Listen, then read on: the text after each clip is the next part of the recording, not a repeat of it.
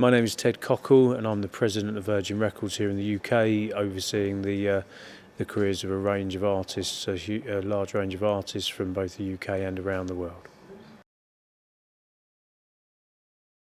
It's all about a song, a voice. It's very simple. As much as we have our plans for taking over the world with new consumption, new technologies, everything else, it all comes back to the incredible song sung by the incredible artist. Yeah, I think it's incredible. I think your access to music is off the scale in comparison to waiting to see them on Top of the Pops every Friday, as you would have done in the 60s and 70s. Listen, if you're interested in somebody, you can find a million ways in which you can talk to them, see them, hear them, get into their past, get into their background, keep going over their old songs, listen to their new songs quicker than anybody else. Oh, it's an amazing time.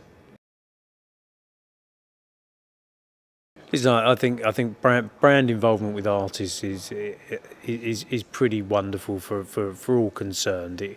It helps the artists to sometimes get paid for doing things.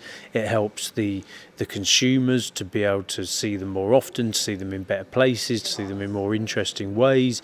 And the record company, you know, nobody will feel sorry for us necessarily, but it is an expensive process to keep artists going. And if we can have some assistance in some ways, we will continue to do more spectacular things that if it was looking for a direct payment from music, it would be very hard to do. So brand involvement with artists is pretty much, with the right fit, clearly.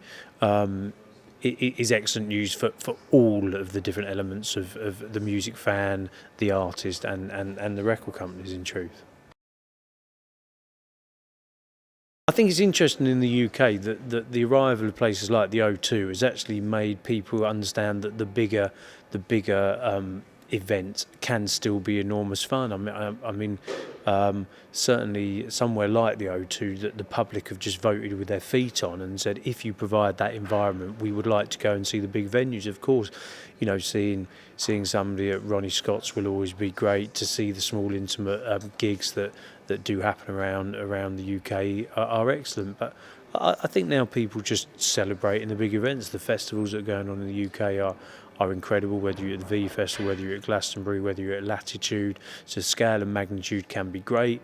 I think the way that the new Wembley Stadium has worked in this country, with I'm seeing the Killers this year at Wembley Stadium, I think some of the U2 shows that have been there, I kind of think with the right band in the right place, the enormous events can be as satisfying and satiating to the fan as some of the small intimate shows.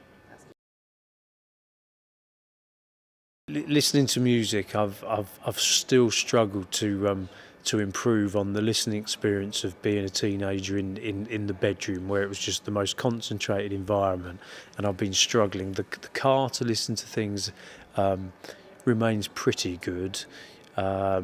Kitchens and front rooms are never quite as good as that, and so sometimes headphones on a tube are sometimes a problem. That's my current favourite way to listen to music.